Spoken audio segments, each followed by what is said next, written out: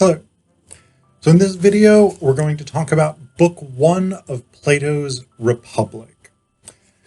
So Book 1 is centrally concerned with the question of what justice is. Or perhaps more accurately, what are the benefits of justice? And that's a distinction that becomes increasingly important as the Republic goes on, because that's a big challenge of Book 2. So it starts with a sort of opening portion of dialogue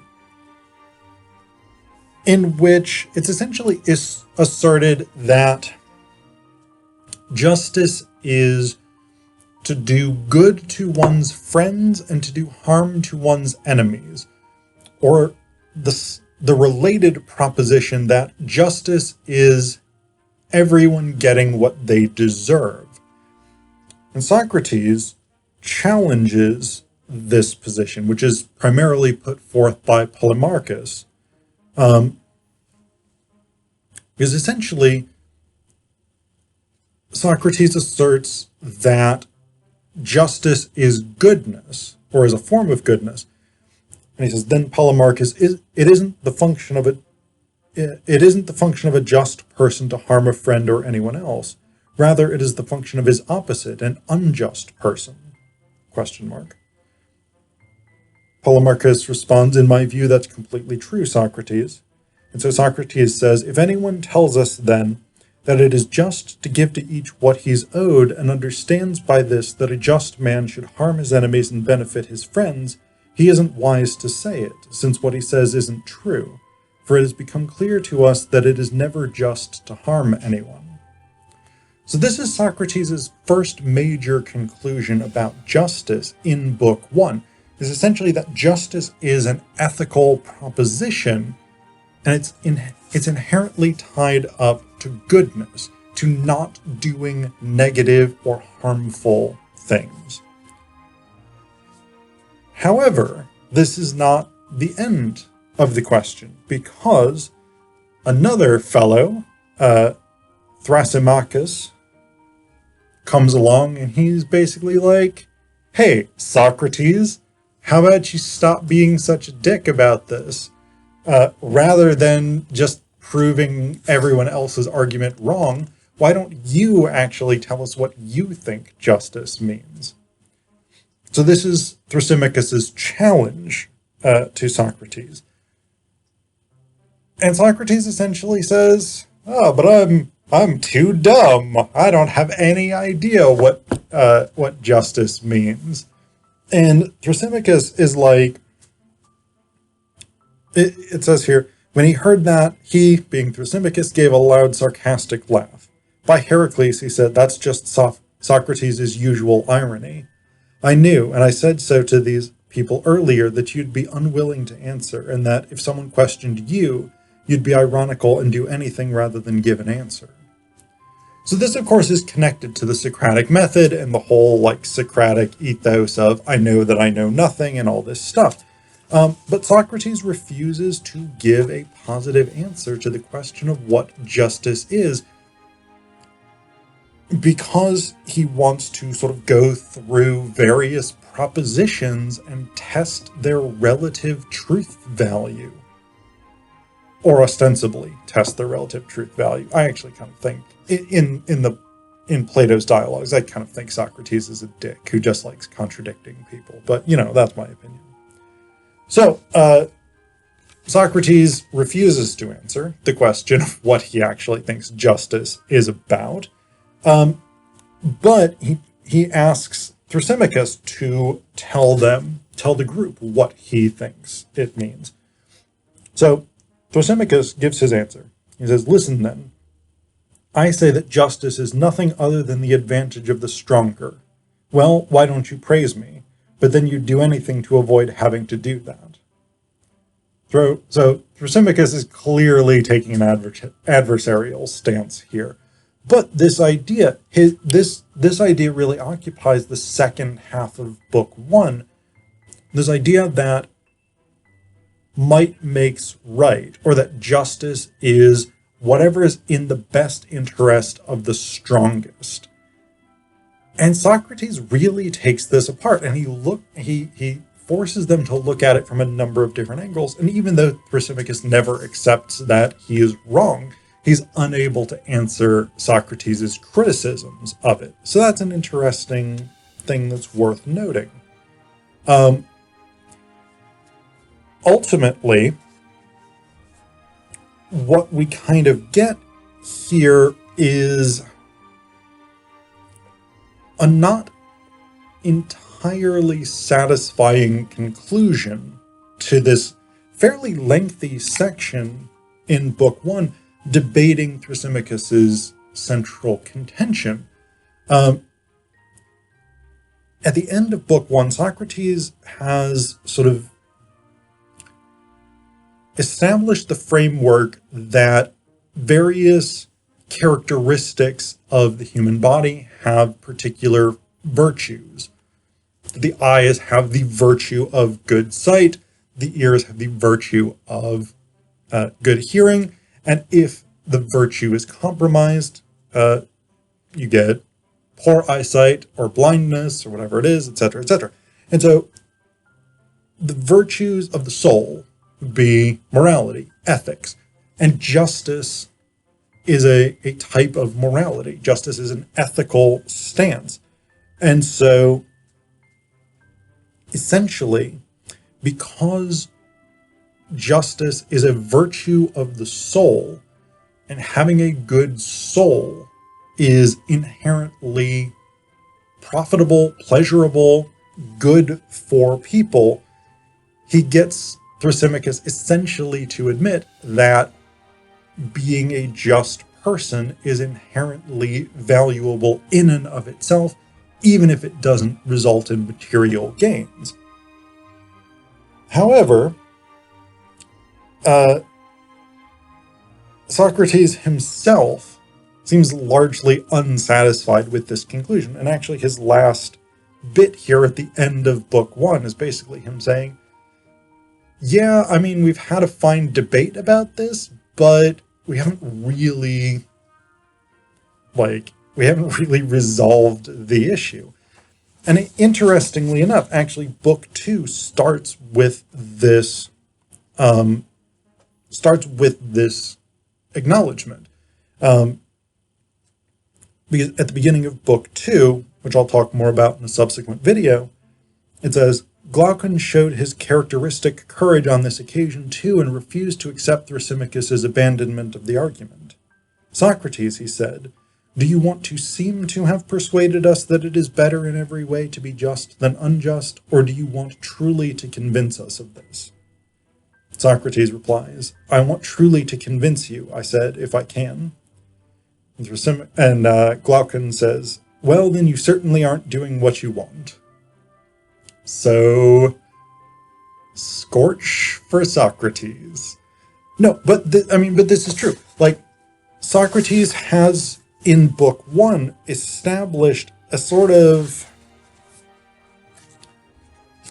abstract sense in which it's better to be just than unjust. We're talking about like the health of the soul, the virtues of the soul, and things like this.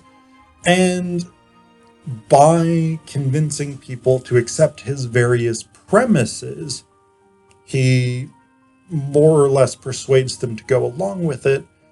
But as we find out in book two, they're not especially satisfied or convinced by this argument. So the rest of the Republic goes on. And this question that's brought up, that's the core of book one, is ultimately at the heart of the Republic as a text, is this question of what justice means and how it can be established, why it should be established, etc., etc. The rest of the Republic as a text takes a broader lens on this. But there's one other thing that really strikes me about book one, and the way that Socrates moves through his arguments. I will talk about the Socratic method in another video, but one thing that really strikes me in book one is that Socrates does a lot of argument by analogy. And actually that becomes central to the Republic later on, because Socrates in book two sets up the comparison between, basically says, the city is like the individual. And so if we look at how the city establishes justice, the city-state, the city-state establishes justice, that will help us understand what it means for an individual to be just. So this is, again, a form of argument by analogy, but it's throughout this opening book, book one, we get continual comparisons between various things. And it's not always clear, to me at least, that the things that Socrates is setting up as comparisons are necessarily alike. So, for instance, in trying to understand the sort of value of being a just person, Socrates says, do you think that a musician, in tuning his lyre and in tightening and loosening the strings, wants to outdo another musician, claiming that this is what he deserves? And Thrasymachus says, I do not. And a little bit later, Socrates says, in any branch of knowledge or ignorance, do you think that a knowledgeable person would intentionally try to outdo their other knowledgeable people or say something better or different than they do, rather than doing or saying the very same thing as those like him? Thrasymachus says, well, perhaps it must be as you say. And Socrates says, and what about an ignorant person? Doesn't he want to outdo both a knowledgeable person and an ignorant one? So essentially, the argument that Socrates is making in this particular bit is that a just person will pursue justice, will pursue what's beneficial, not just for those who are like him, but also for those who are unlike him. And Socrates puts this entirely in male gendered terms. So that's why I'm using male gendered terms, although a just person will do what's best for them. A just person will do what's best for others, etc., etc. And a just person is not going to try and be more just than another just person. They'll try and be more just than an unjust person, etc., etc. One of the problems with these two examples is that musicians will try and be better musicians than other musicians. So, like, this doesn't make that much sense to me. Like, if you're a rock star or something, in theory, you want to be the greatest rock star of them all. If you're a blues singer, you want to be the greatest blues singer of them all, etc., etc. So the idea that, like, musicians are not in competition with one another is wrong. And the idea that, as an academic, as somebody who works in a university and does scholarship, I can tell you very directly, the idea that knowledgeable people don't try and outdo other knowledgeable people, without foundation whatsoever. Scholars love competing with other scholars. It's a huge component of what we do. So in that sense, this argument by analogy doesn't make that much sense, because the conclusion is kind of wrong. Socrates is simply wrong about the idea that people don't compete with other people who do the same job that they do. But Socrates is continually comparing the just person to shepherds, to ship's captains, to soldiers, to musicians, to craftspeople, etc., etc. And it's not always clear that what makes sense in the context of something like being a shepherd or being a shoemaker, a cooper, blacksmith, whatever it is, it's not necessarily clear that something that makes sense in that context also makes sense for the question of being a just person.